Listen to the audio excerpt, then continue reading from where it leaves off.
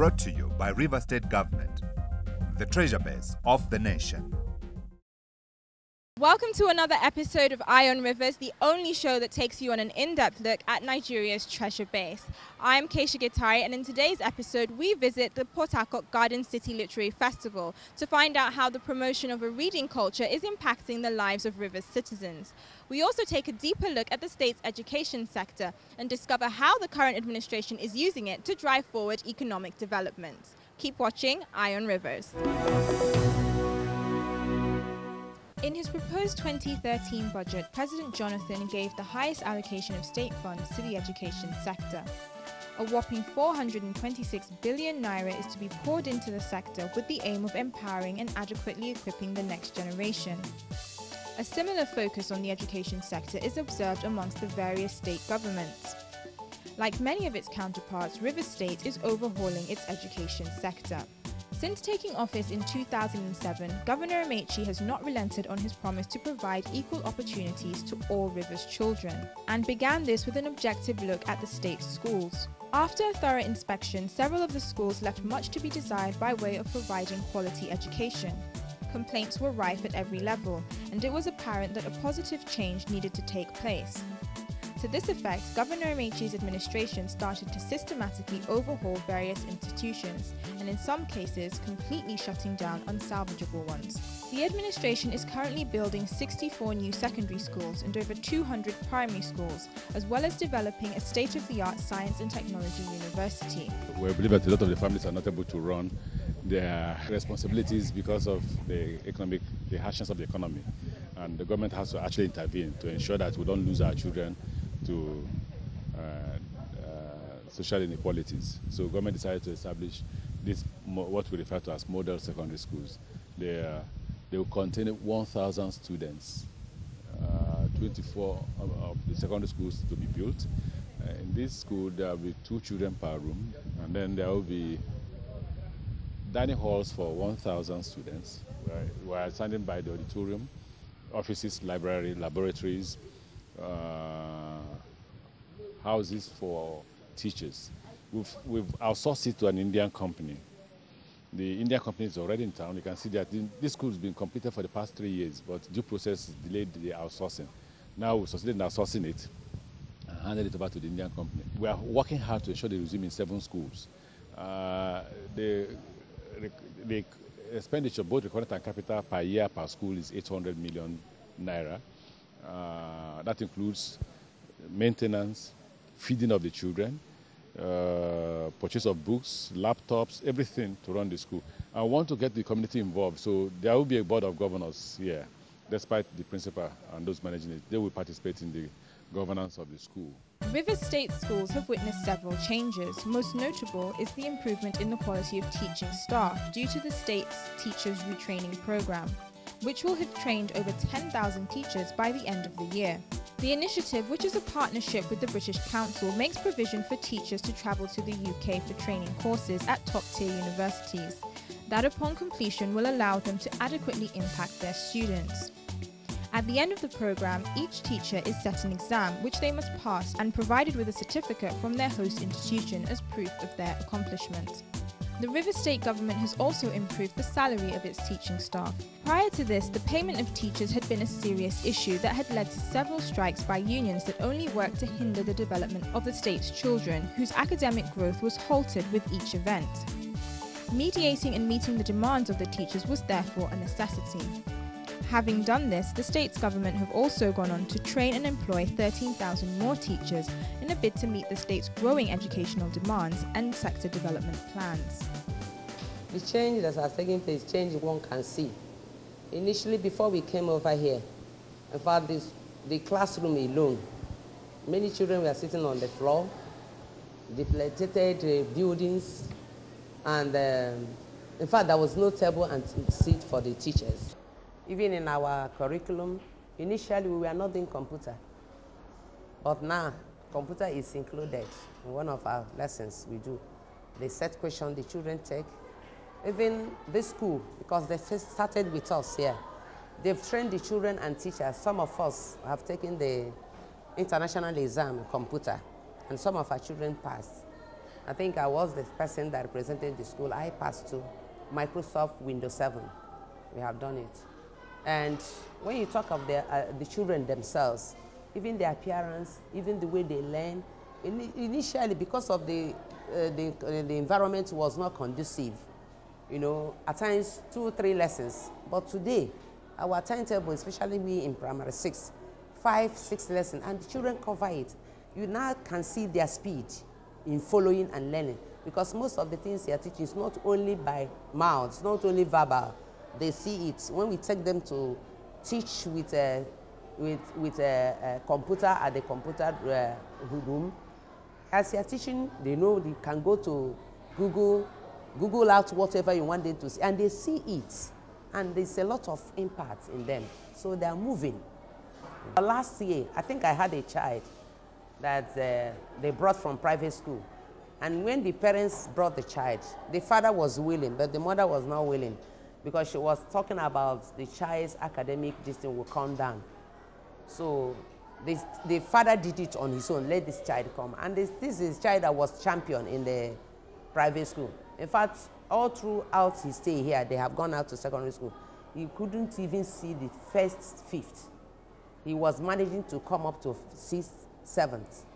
The children that are here already took 1st, 2nd, 3rd, 4th, 5th before that child could come. So you see that our children are really measuring up. And now many parents are withdrawing their children and bringing them to the public school. Since this present government came in, at least there have been great improvements. Teachers will go for retraining. Our salary, they've improved our salary at least compared to what it was. And again, the salary is regular, at least before the end of the month. Before maybe 30th, 31st, we get our salary, unlike what was happening before. Sometimes we stay 3 months, 2 months, no salary. But this one, at least 31st, latest, 1st or 2nd, we'll get our salary. For the teachers, we go for training and retraining, workshops, seminars, at least to improve on our knowledge.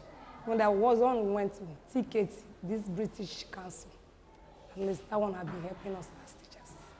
Like if we come to primary school now, we teach virtually all the subjects, which is not supposed to be so. Like the primary school, there are some subjects that you need special teachers, like English, maths. There are teachers that are specialized on that area. Like in the area of phonetics, teachers, English teachers are specialists on the area. We need special teachers on that area.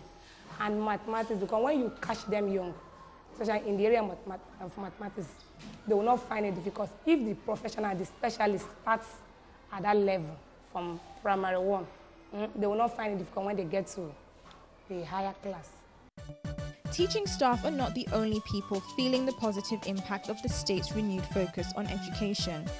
The pupils themselves have a lot to say about the impact free and compulsory education is making in their lives. Aside from being the recipients of free education from primary right through to the end of secondary school, River State pupils also receive free books, uniforms and sandals, all provided for by the state government in a bid to ensure that pupils are in the best frame of mind to learn. I like the computer, the book, the desk, the chair. The other school, they don't have computer and they don't teach well. I like the way our teachers teaches us. Some teachers do not come to school, but it's not in this school. All the teachers always come to school to teach the children. The school I attended before doesn't have a good playground as we do have in this school. Doesn't have computers. If they want to teach computers, they go to other schools to hire computers. The issue of an educated next generation is so important to Governor Amaechi that he has pledged to present a bill to the State House of Assembly. The bill will make it a criminal offence for parents or guardians not to send their children to school. The passing of such a law would mean that any parent or guardian of a child of school age must ensure that said child attends school. Failure to do so could result in a 3-year prison sentence for the parent or guardian responsible. The Governor has also gone on to set up a Quality Assurance Committee that is tasked with assessing the state's private schools and ensuring that they too meet the required standards of quality education. River State's model primary and secondary schools, as they are called, are changing the face of education. Many have computer laboratories where ICT classes are taught. This subject was previously not in the state curriculum, but with the development of the education sector came a much-needed upgrade in the curriculum. Schools are also homes to equipped libraries and reading rooms, as well as state-of-the-art science laboratories and sporting facilities. With all of this on offer and for free, it is little wonder that River citizens are taking advantage of it. Martha Okola is a tailor who has lived in Eleme area for 4 years. She is the mother of 2 young children, as well as being responsible for the upkeep of her younger brother. A short distance from her home, the River State government has built a model secondary school, where she has enrolled her brother. Because I love the environment and I love the school. And anyone that will go to that school will study fine and will be different from other children. Because he's going to live in that school, not coming back to join background or anything.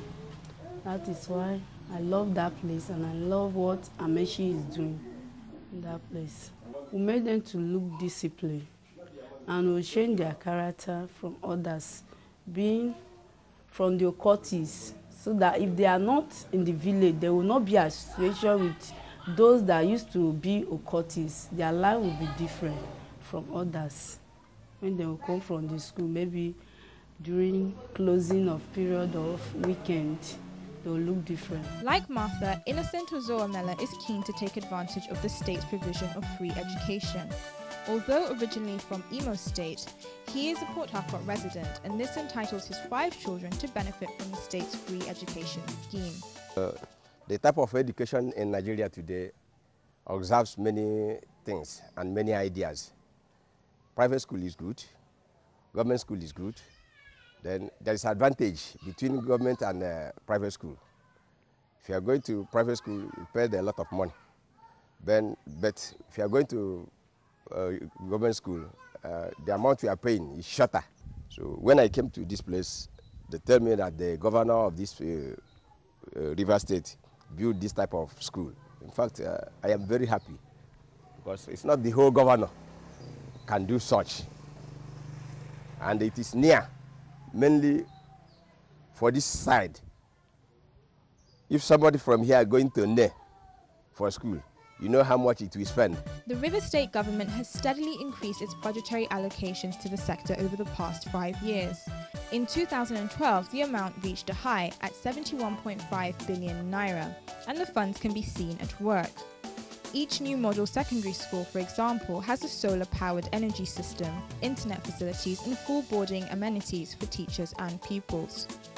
The improvements in the state's education sector are seen by many as the greatest investment a government can give its citizens. An educated state is the key to a developed state, and if that is the case, River State is well on its way to achieving its economic developmental goals. Join us after the break as we visit the River State's annual literary festival. Stay tuned for more Eye on Rivers.